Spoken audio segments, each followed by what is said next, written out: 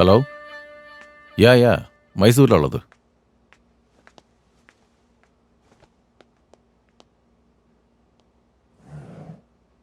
ശരിയാ, അന്ന് 1 to 10 റാങ്കിങ്ങിൽ വിൽസന് അൺപ്രഡിക്റ്റബിൾ തന്നെയായിരുന്നു. Any guess 4 of the kind. അവൻ ജയിച്ചു.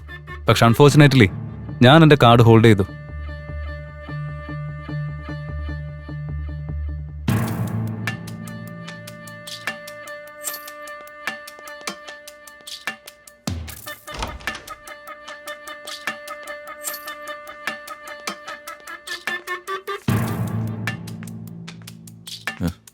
ഏ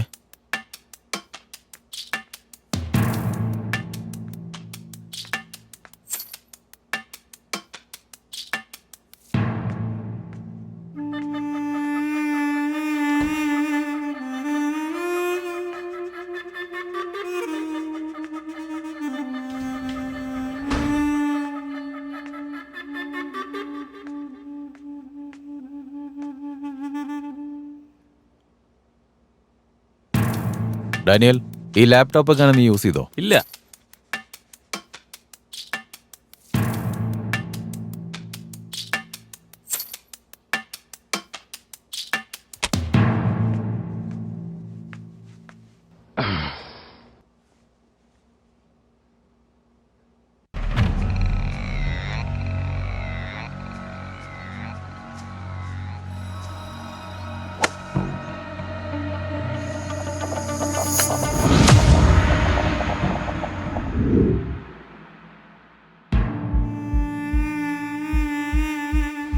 മുംബൈയിൽ നിന്ന് 2 പോക്കർ പ്ലേയേഴ്സ് വന്നിട്ടുണ്ടെന്ന് ഡെയ്സിയുടെ അടുത്ത് നിന്ന് എനിക്ക് കോൾ വന്നു. എന്നാൽ ഇവർ വെറും പോക്കർ പ്ലേയേഴ്സ് മാത്രമല്ല, ദേ ആർ ഷൂട്ടേഴ്സ്. എന്തോ ഒരു അസൈൻമെന്റിന് വേണ്ടി മൈസൂരിലേക്ക് വന്നവരാണവർ. അന്ന് രാത്രി അവരുടെ ലാപ്ടോപ്പിൽ നിന്ന് 2 കാര്യങ്ങൾ മനസ്സിലാക്കാനായി. ഒന്ന്, ഞങ്ങളുടെ അച്ഛൻ്റെയും അമ്മയുടെയും ഇൻസിഡന്റിന് അവരാണ് കാരണക്കാർ. മറ്റൊന്ന്, ഇവർക്കിതുവരെ തോൽവി എന്നതുണ്ടായിട്ടില്ലെന്ന്. 2 പേരും ഡിസൈഡ് ചെയ്തു ഇവരുടെ 2 പേരുടെ പ്ലാനിനും ഒരു പ്രീ പ്ലാൻ ഉണ്ടാക്കണമെന്ന്.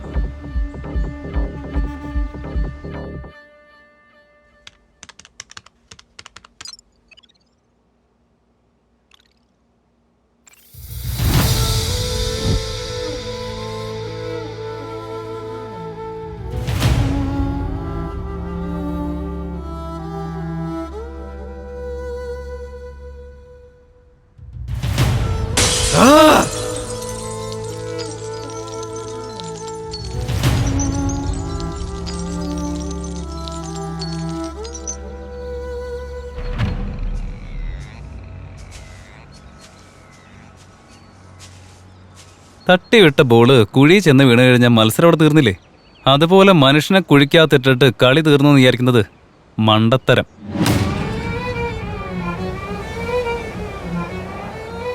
ഇസ് ഖേൽ കെ സാത്ത് സാത്ത് തുമാരാ നാടക് ഭി ജൽദി ഖത്തം ഹോ ജായേഗാ.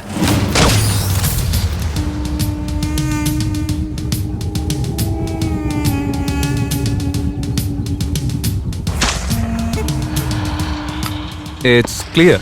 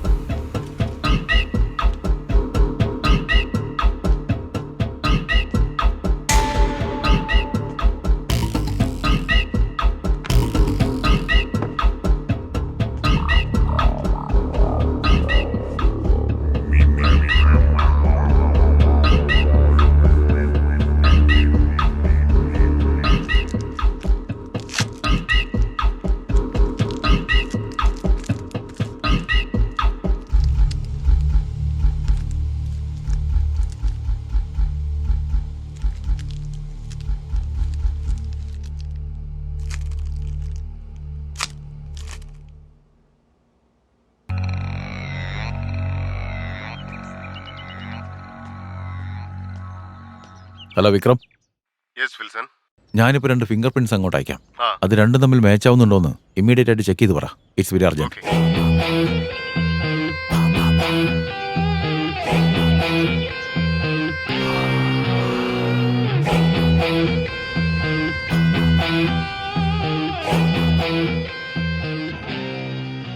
ഒരു ഇമ്പോർട്ടന്റ് കാര്യം ചോദിക്കാൻ വേണ്ടി വിളിച്ചതാ. ജയദേവന് മക്കളുണ്ടോ?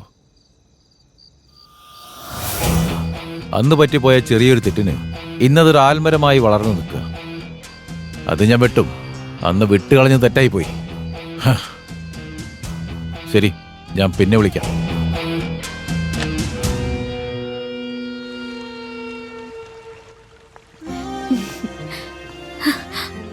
ഇതെന്തായാലും അവനോട് പറയണം.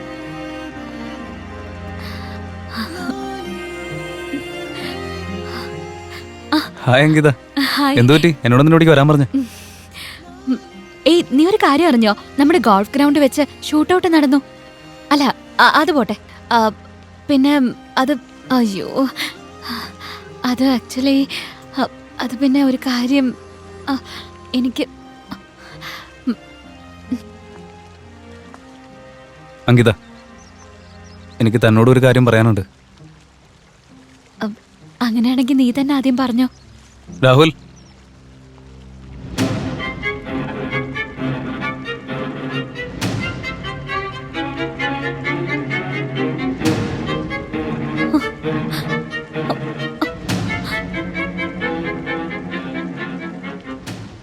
നിങ്ങൾ രണ്ടുപേരും ട്വിൻസ് ആണോ? അതെ.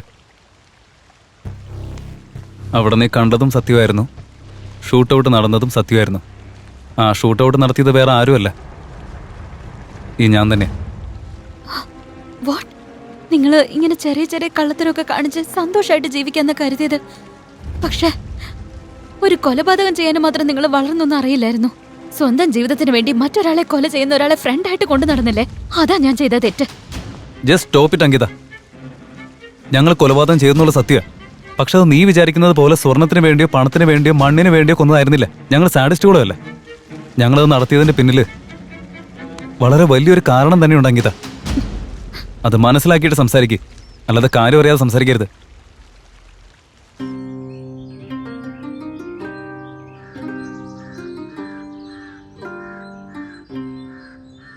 എല്ലാവരുടെയും പോലെ ഞങ്ങളുടെയും നല്ല സുന്ദരമായ കുടുംബം. അച്ഛൻ, അമ്മ, ഞാൻ, ഇവൻ നല്ല അന്തസ്സോടെ മാത്രം ജീവിക്കുക എന്നതായിരുന്നു ഞങ്ങളുടെ അച്ഛൻ്റെ പോളിസി. ഞങ്ങളുടെ അമ്മയാണെങ്കിൽ എല്ലാവരും സന്തോഷത്തോടെ ജീവിക്കണമെന്ന് ആഗ്രഹിക്കുന്ന ആള്. പ്രാർത്ഥന, മക്കള്, ഭർത്താവ്, ഇത് മാത്രമായിരുന്നു അവരുടെ ലോകം.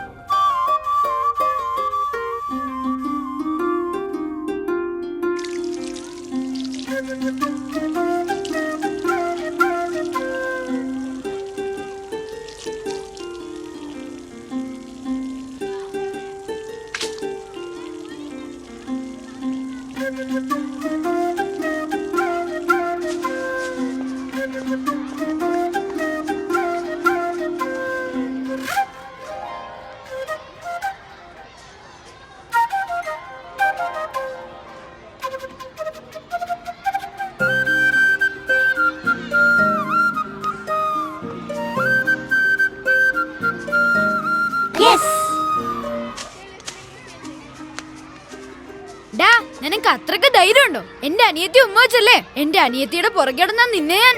നീ എന്ത് ചെയ്യോടാ? ഒരു തവണ അവിടെ ചെയ്തു നോക്ക, അപ്പൊ ഞാൻ കാണിച്ചു തരാം.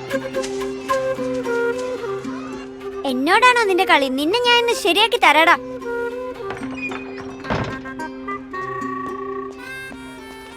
വാതിലടച്ചു, അതിന്റെ കുറ്റിയും ഇട്ടു. ഇനി എല്ലാ നിയന്ത്രണവും എന്റെ കയ്യിൽ. എന്താടാ നിനക്ക് നേരത്തെ കിട്ടിയതൊന്നും പോരെ? രാഹുൽ,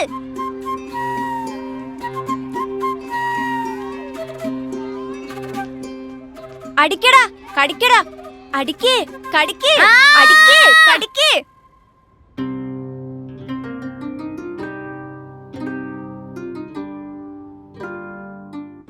ചതിക്കുന്നവരെയും കള്ളം പറയുന്നവരെയും ഒരിക്കലും അച്ഛന് ഇഷ്ടമല്ല. ബിസിനസ് കാര്യങ്ങളിൽ വളരെയധികം സ്ട്രിക്റ്റാ. കാപട്യമില്ലാത്ത മനുഷ്യൻ.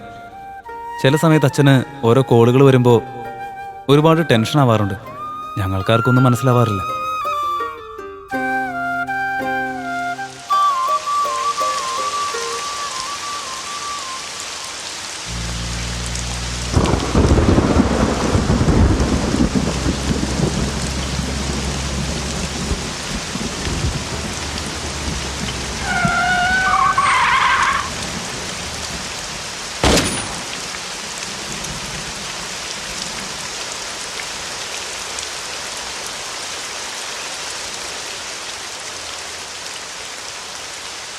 ശരിക്കുള്ള സത്യം എന്തെന്നാൽ ഞങ്ങൾ രണ്ടുപേരും കൺമുമ്പിൽ വെച്ച് അവർ ഞങ്ങളുടെ അച്ഛനെയും അമ്മയും കൊന്നുകളഞ്ഞു. സത്യസന്ധമായി ജീവിച്ചതുകൊണ്ട് അച്ഛന് കിട്ടിയ സമ്മാനമാണ് മരണം. അന്ന് ഞങ്ങൾ രണ്ടുപേരും തിരിച്ചറിഞ്ഞു സത്യസന്ധത എന്നതൊക്കെ ഈ ലോകത്തിൽ വെറും പറച്ചിൽ മാത്രമാണെന്ന്. അമ്മേ!